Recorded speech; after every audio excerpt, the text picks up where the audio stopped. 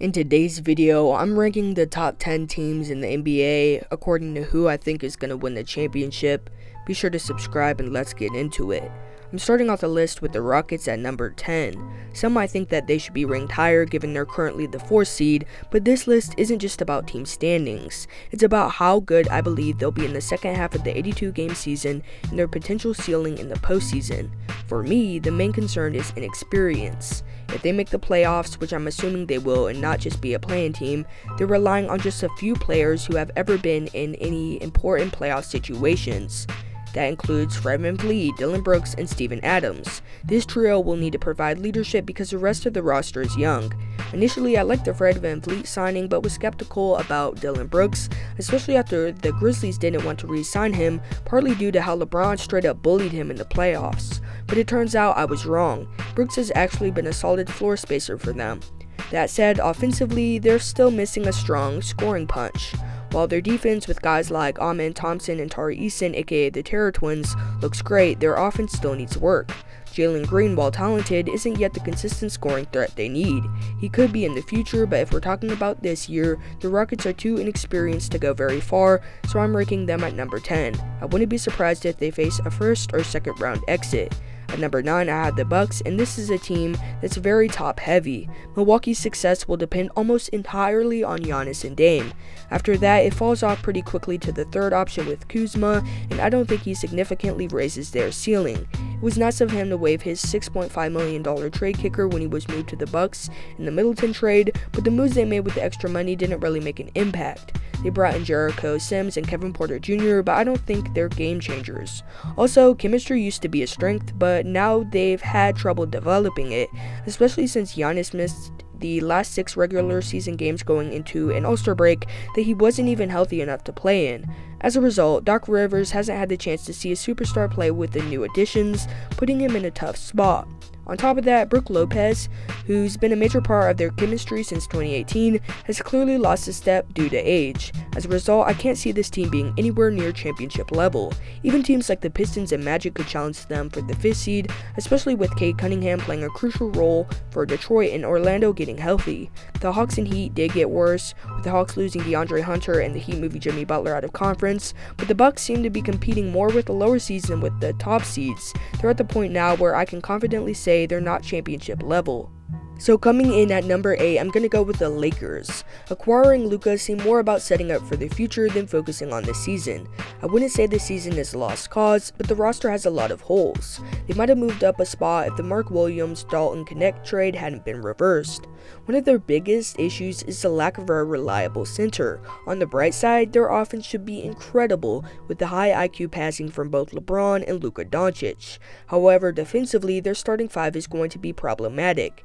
It used to be that Austin Reeves was the main target for opposing teams as he wasn't a great defender. Now, adding Luka to the mix, who also struggles on defense, means there are 2 players teams can target. LeBron, too, hasn't always put in the effort on that end, possibly due to his age.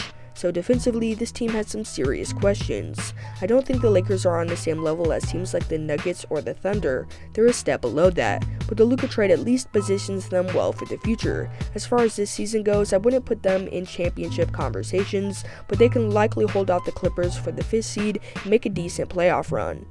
Next up, I've got the Grizzlies at number 7. If you still think that Ja is the best player on Memphis right now, you haven't been watching them, because Jaren Jackson Jr. has really stepped up as a team spark and clear best player. Ja, on the other hand, has been a shell of his former self. He's far from the 2022 most improved player who put up 27 and 7. His stats are down across the board compared to the last 3 seasons, but he's still good for around 20 points and 7 assists per game. Part of this dip is due to injuries, as Ja has only played 32 of Memphis's 54 games. Ja's absence hasn't been the only issue for the Grizzlies. Turnovers have been a major problem they need to address. Last game I saw them play was against the Clippers, where they ended up committing 21 turnovers, giving up 41 points off of those mistakes. It's tough to win games when you can't protect the ball, and this could be a major issue for them come playoff time. Just because they're sitting at the 2 seed doesn't mean they're safe. In Ja's first 4 seasons, the Grizzlies made 3 playoff appearances, but they only advanced past the first round once, despite ending the regular season as a top 2 seed twice. So we could see a repeat of that scenario. For that reason, I'm ranking them at number 7. Their ceiling could be a conference finals appearance, but their floor is a first round exit. My number 6 team might be a surprise, but I'm going to go with the Mavericks. Even if they end up in the play-in, they have the experience to pull off an upset, especially against a younger team like the Rockets. A strong team like Dallas lurking at the bottom is built to surprise people.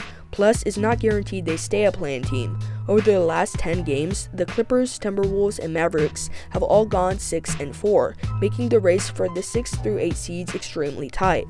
I see the Mavs finishing as the 7th seed, which still means play-in, but if AD continues playing like he did in his Rockets debut, where he dominated Alperen Sengun, they could solidify themselves as a true playoff team, and that's their goal. The only issue is that all their past moves have been made with Luka in mind, so it feels like a friend giving you a gift you know was made for someone else, but they're just recycling it and giving it to you. And it could be a really good thing. Like in the Mavs case, AD is a really good player, but he doesn't necessarily fit the Mavs mold. For example, they were already strong in the front court with Daniel Gafford and Derek Lively, so while adding AD is a major boost, that position wasn't their biggest need. What they're really lacking is playmaking. Kyrie fitting better as a number 2 option, that's debatable, but what isn't is that the team needs more playmakers. Despite that, I think Dallas is going to surprise people, and if things go their way, they could take down some higher seeded teams. But moving on to a more proven team, I have the Nuggets at number 5. I already made a video yesterday about why Jamal Murray is the X factor for this team, so I won't go too deep into that. In short, Denver's success hinges on Murray. He needs to be both available and exceptional for them to make a real run.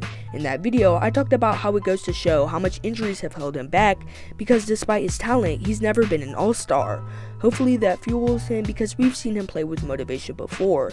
He needs to play with motivation because Denver needs to get the best out of him, and if they get the best out of Jamal Murray, they can get the best out of Jokic's prime, and that's what the big concern was. People kept saying that they were wasting Jokic's prime, and that puts a lot of pressure on the front office. It reminds me when MPJ said that if they don't win the championship this year, that the team might have to get broken apart, and he might be right. They've had the same core for a while now, and there's nothing stopping the front office from making major changes, and these trades are bound to happen unless the Nuggets prove that they have a real shot at getting Jokic another ring. And when it comes to another team with a real shot at winning the championship, the Knicks are definitely in that conversation, so it felt right to rank them at number 4. The only thing to take notice of is that their success boils down to one question: can they stay healthy? Tom Thibodeau places starters heavy minutes, and there's a real concern that by playoff time, they'll be too worn down to perform at their peak. That said, it's impossible to ignore just how good this starting 5 is. Let's break it down. At point guard, you've got Jalen Brunson, a certified star. At shooting guard, Mikal Bridges, who can catch fire and carry the offense for stretches. Josh Hart holds down the small forward spot as the ultimate glue guy. Every championship team needs a player like him, someone who hustles, dives for loose balls, and locks up on defense. He's almost like the Knicks version of Draymond Green. At power forward, OG Anunoby is a defensive stopper, and at center, Karl Anthony Towns has thrived as a stretch big in New York. This might be the best starting 5 in the East, but even if one of them goes down, their depth becomes a major concern. I believe they can match up well against teams like the Cavs or Celtics and potentially beat them, but the longer a series drags on, the more fatigue sets in, and that's when things could start shifting in the opponent's favor. Coming in at the number 3 spot, I had to go with the Cavs. It could have gone either way, it could have gone a lot of different ways, but I feel like putting the Cavs at this spot is pretty respectable, because I know a lot of people will put them a lot lower on this list, because a lot of people, quite frankly, don't believe that the Cavs are this good and that their regular season isn't an actual sign of what they can do come postseason. But me, I actually kind of believe in this team, and I started to believe more after they got DeAndre Hunter at the trade deadline, because that move was actually a really smart one, because it massively improves their perimeter defense. And that was a question I had. I was imagining, let's say that the Cavs made the finals and they had to go against the OKC Thunder, and at that point it's like, who's going to guard Shea? You don't want to put Darius Garland on him, you don't want to put Donovan Mitchell on him, because that's a huge size disadvantage. But now they have DeAndre Hunter, who seems like a much more favorable matchup. And then now their opponents have to get past DeAndre Hunter on the perimeter and to meet Jarrett Allen or Evan Mobley at the rim, and that seems a lot more intimidating for other teams, and now I feel a lot better about their perimeter defense. And while the Cavs may have their problems, the Celtics do too, but despite that, I still have them at the number 2 spot. And the big question for the Celtics is, are they actually invincible? Because at the start of the season, they probably felt like that because they were the reigning champions. But now, for me personally, I just don't feel like they're invincible because Jaylen Brown, he just hasn't been able to replicate what he did last season. He's not playing like he was in the playoffs last year, and it looks like he's regressing. And he's a guy that you don't want to see regressing because overall this team is quite old. You have a guy like Al Horford, who is quite old, and Jaylen Brown, he's on the younger side. So you don't want to see him regressing. And if the Celtics are trying to build a dynasty, you don't already want to see the wheels falling off. And I'm not saying that the wheels are falling off quite yet. It just doesn't feel like the team is going in a positive direction. Now, I still feel like they can hang with any team in the league, and some people just think that they really aren't trying in the regular season and that they're saving everything for the postseason.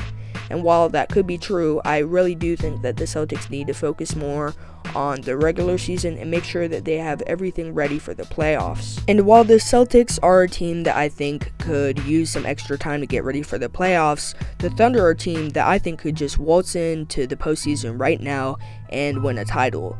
Because right now, Shea has been very impressive. At this point, I think he's probably going to win MVP over Jokic. And they have the best record in the league, and they've played a lot without Chet Holmgren. And now that Chet is back, if he can just be 80% of what he is, I feel like this squad is going to be very, very unstoppable. And since I don't think the Celtics are invincible, a close second to being invincible would be the Thunder. Now, I don't think any team is invincible, but the Thunder are pretty close. I mean, this team has one of the best defenses, and their offense just runs through Shea. Shea's great at getting downhill and making driving kicks. And they have Isaiah Joe. He knocks down the shots.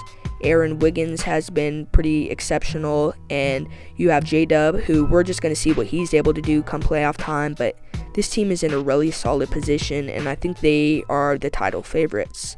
But what do you think? What team do you think is going to win the title? Tell me in the comment section below. Until next time, peace.